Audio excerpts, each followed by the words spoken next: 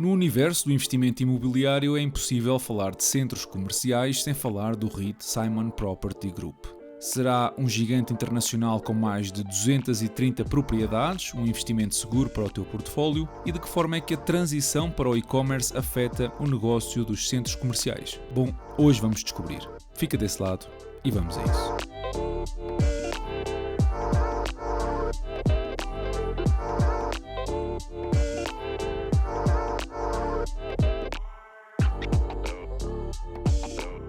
Olá e sejam bem-vindos a mais um episódio do canal Dividendos e hoje estamos de volta ao segmento do imobiliário, mais concretamente aos REITs, com a análise à Simon Property Group.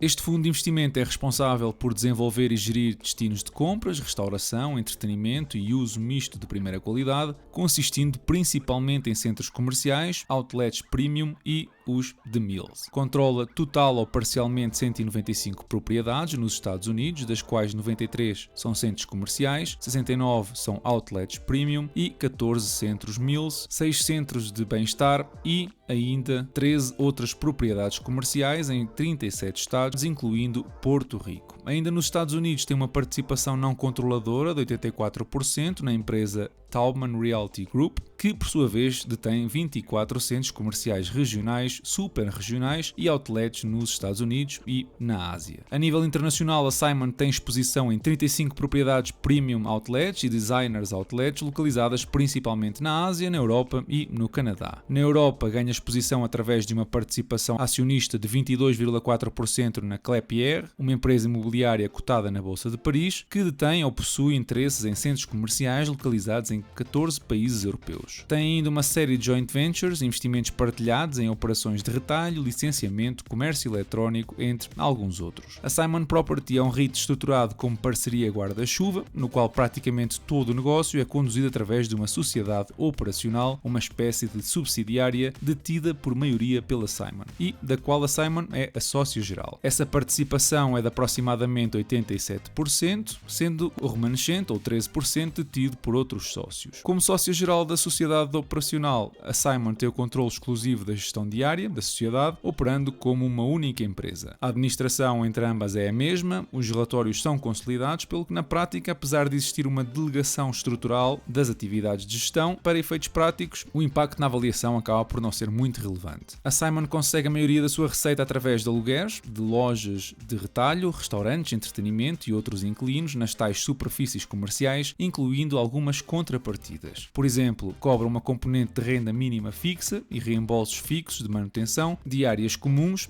e tem ainda uma outra componente de renda variável, baseada principalmente nas vendas dos inquilinos, bem como reembolsos de impostos imobiliários, serviços públicos e marketing. Este negócio permite ir crescendo à medida que as lojas vão aumentando as suas vendas, mas também permite garantir um mínimo fixo de rentabilidade. A estratégia da Simon passa por conseguir propriedades de elevada qualidade junto de centros populacionais com densidade e rendimentos elevados, conseguindo atrair inquilinos com um reconhecimento internacional, as chamadas âncoras, que ajudam a elevar o volume de clientes no espaço e, assim, a trazer mais marcas para esse mesmo espaço. Os retalhistas estão a tornar-se mais seletivos no que respeita às localizações físicas, optando por abrir lojas nos ativos de maior qualidade. Além disso, muitos retalhistas online estão a começar a abrir lojas em centros comerciais de classe A para tirar partido do tráfego de clientes, uma vez que a presença física proporciona marketing adicional, um showroom para os produtos que pretendem destacar e outra fonte de vendas. No entanto, os investimentos da empresa são limitados pelas regras que aplicam aos REITs. Isto significa que a Simon tem de obter pelo menos 75% do rendimento bruto de rendas, de juros sobre hipotecas que financiam propriedades imobiliárias ou da venda de imóveis, tem de distribuir pelo menos 90% do lucro tributável através de dividendos aos acionistas todos os anos e não pode ter mais de 50% das suas ações detidas por 5 ou menos indivíduos. Relembrada a condição de REIT, podemos avaliar a ocupação que a Simon tem dos seus espaços. Nos Estados Unidos rondam os 96%, os espaços na posição da Taubman apresentam quase 96% e o portfólio de Mills ronda os 98%. Já as propriedades internacionais, por exemplo no Japão, estão à pinha com 99,7% de ocupação. Nós podemos confirmar que a maioria do rendimento operativo deste fundo de investimento provém de superfícies nos Estados Unidos, perto de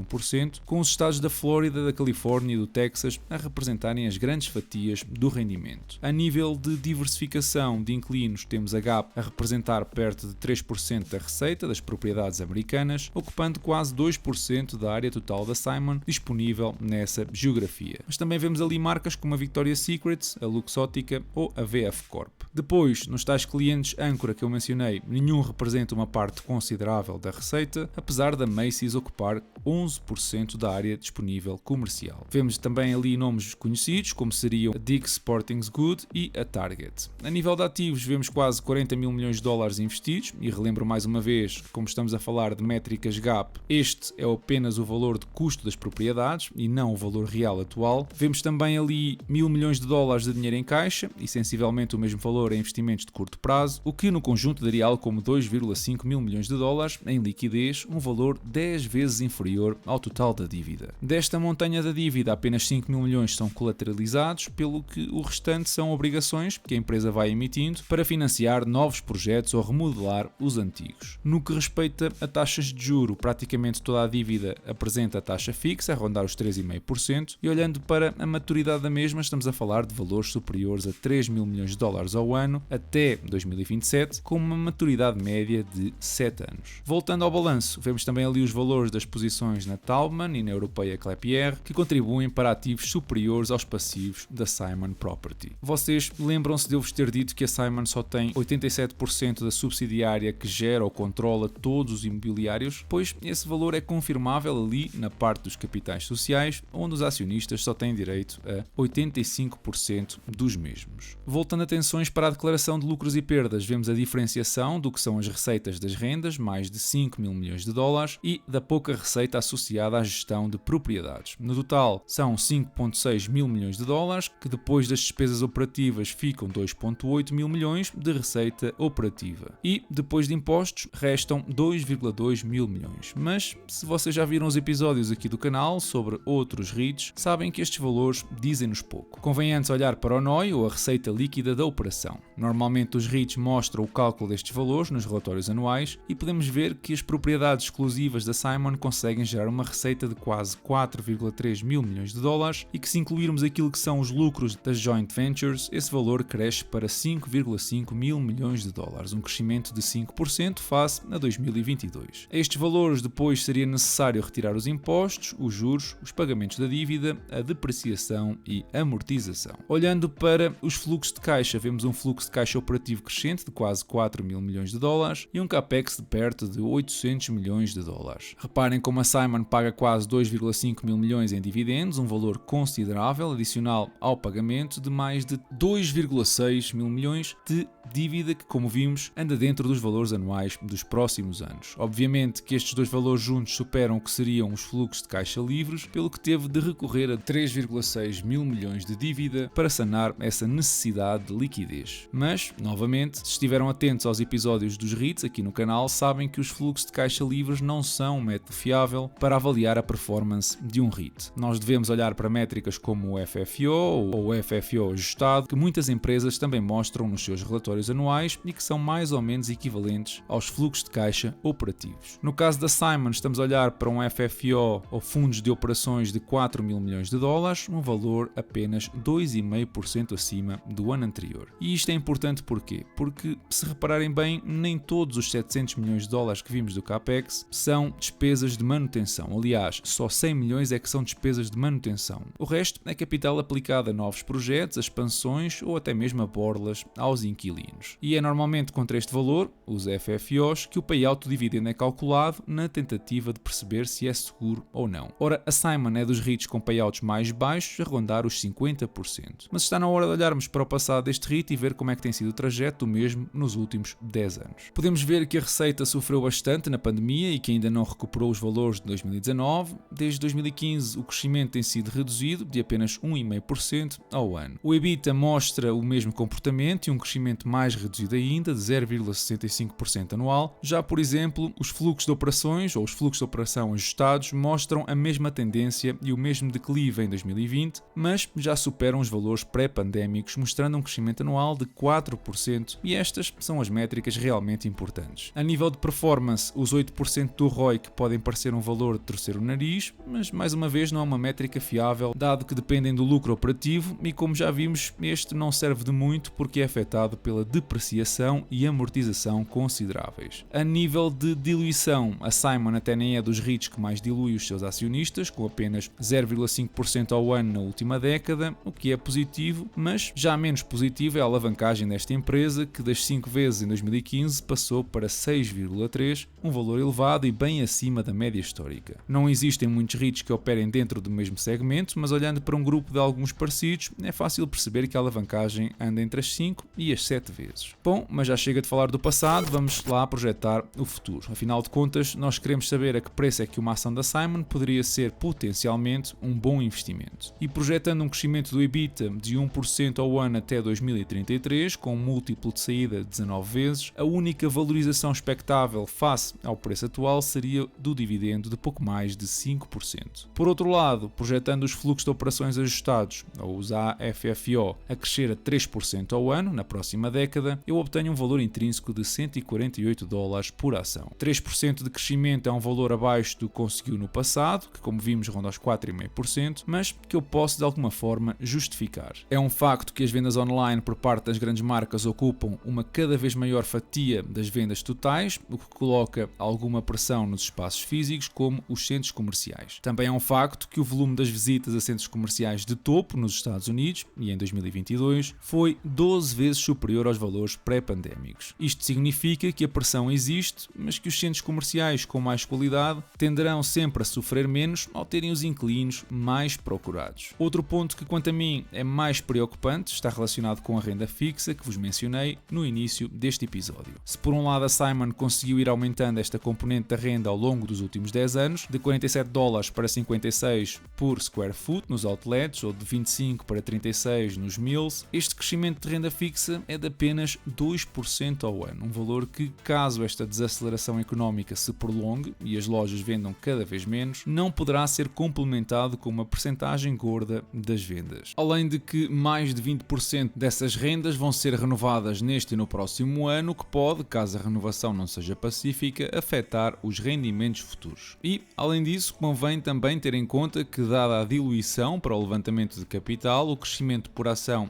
é inferior à métrica do crescimento do AFFO no geral. Avançando e olhando para os múltiplos, eu relembro que o múltiplo preço-benefício não serve para avaliar REITs, eu uso aqui a média histórica do preço aos fundos de operação de 15 vezes, o que me daria um valor de $186 por ação. Já o mesmo múltiplo, mas da indústria, de apenas 12 vezes, coloca precisamente um preço próximo do valor atual de mercado. Como é normal, eu faço sempre o disclosure de ações que pertencem ao meu portfólio e, neste caso, eu tenho cerca de 1,5% do meu investimento alocado à Simon Property Group. Atualmente está com um ganho de 76% e uma rentabilidade do dividendo superior a 9%. Eu acredito que numa potencial correção de mercado, conseguir ações a valores entre os 100 e os $120 pode ser uma oportunidade interessante no longo prazo, à qual eu vou estar atento. Afinal de contas, este é um dos REITs mais consistentes no mercado, com provas dadas de gestão e uma vantagem competitiva, quanto a mim, intocável. Mas, como sempre, eu gostaria de conhecer a tua opinião sobre a empresa, assim que passa pela caixa de comentários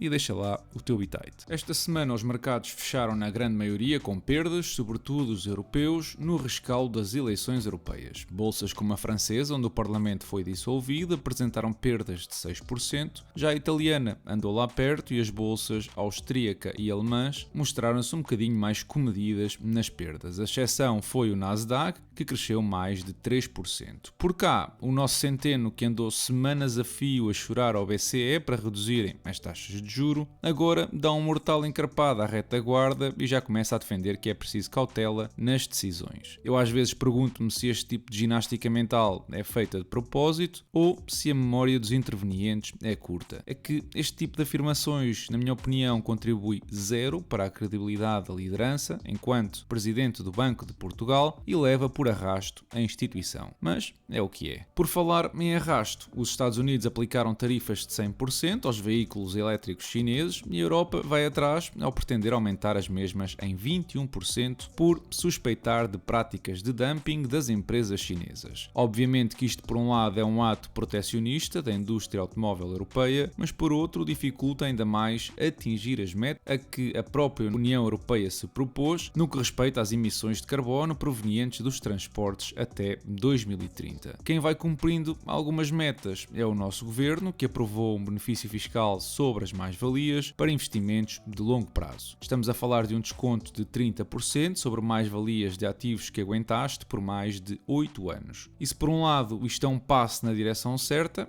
quando lês as letras pequenas, dás-te conta que ficamos praticamente todos fora desta medida. É que esta regra só aplica para mais-valias realizadas com ações de empresas com sede fiscal em Portugal. Ou seja, a EDP Renováveis, por exemplo, não conta, nem qualquer outra empresa europeia ou americana. É uma medida boa, é verdade, mas muito específica, que vai apenas beneficiar um nicho muito reduzido de investidores, dos quais estas gerações mais jovens não fazem parte. Eu estou seriamente a pensar em reavivar a proposta do Franklin para dar novamente visibilidade à mesma. A nível de dividendos, vimos a já expectável subida da Realty Income e outra da Caterpillar em 8,5%. Já no que toca ao portfólio, fechou a semana nos 50% de valorização, tendo conseguido perto de $64 em dividendos nesta primeira metade de junho. Na terça-feira, eu também decidi reforçar a minha posição na empresa Text ao triplicar a minha posição. Esta empresa já conta com uma análise detalhada exclusiva no Patreon e eu acredito que mais do que as métricas fantásticas que tem, pode beneficiar da integração da inteligência artificial em algumas das suas plataformas, como o chatbot. E é tudo por hoje. Se queres conhecer esta e mais de 50 análises exclusivas, pondera apoiar o canal no Patreon e juntar-te a nós no Discord. Se és mais forreta, não te preocupes, podes sempre deixar o teu like aqui no YouTube e seguir-me no Instagram, que são apoios gratuitos e também ajudam bastante. Eu desejo-vos uma excelente semana e bons investimentos. Isto foi aprovado na Assembleia da República e que há uma maioria, quer dizer, quer não, o Governo é executivo e tem a obrigação de cumprir. Depois os portugueses é que terão de avaliar se concordam com isto ou não. Portanto, eu espero que cumpra. A mim custa muito a forma como isto está a ser discutido. E está a ser discutido de uma forma com tamanha demagogia por parte dos partidos de esquerda e do Chega, que a consequência prática disto é que sempre que houver uma descida de IRS, se tem de descer o IRS dos escalões mais baixos, porque a maioria dos portugueses vão estar sempre nos escalões mais baixos. E, portanto, com isto o que estamos a fazer é aumentar, vamos aumentar infinitamente a progressividade e isto tem efeitos económicos graves. Porque eu sei, as pessoas lá em casa estão a pensar que quando se baixa, pelo menos as que percebem melhor o mecanismo do IRS, que quando se baixa o IRS dos escalões mais baixos, quem ganha mais também beneficia, e isso é um facto. Mas o que também é um facto é que as decisões económicas são tomadas na margem. Quando alguém que ganha, não sei, imaginemos 50 mil euros por ano, decide se vai trabalhar aos sábados ou não, se decide se vai para um emprego novo onde ganha mais 5 mil euros por ano ou não, o que conta é o imposto marginal, é aquela taxa mais alta. E se nós estamos a aumentar progressivamente os impostos, estamos a aumentar progressivamente... estamos não a aumentar progressivamente os impostos, estamos a aumentar a progressividade do IRS, estamos a aumentar constantemente a penalização de quem ganha mais. Parece que nós estamos a condenar, quer dizer, em economia há aquele princípio que é de subsidiamos aquilo que gostamos e pomos impostos naquilo que não gostamos. Parece que nós não gostamos que as pessoas fiquem a ganhar mais.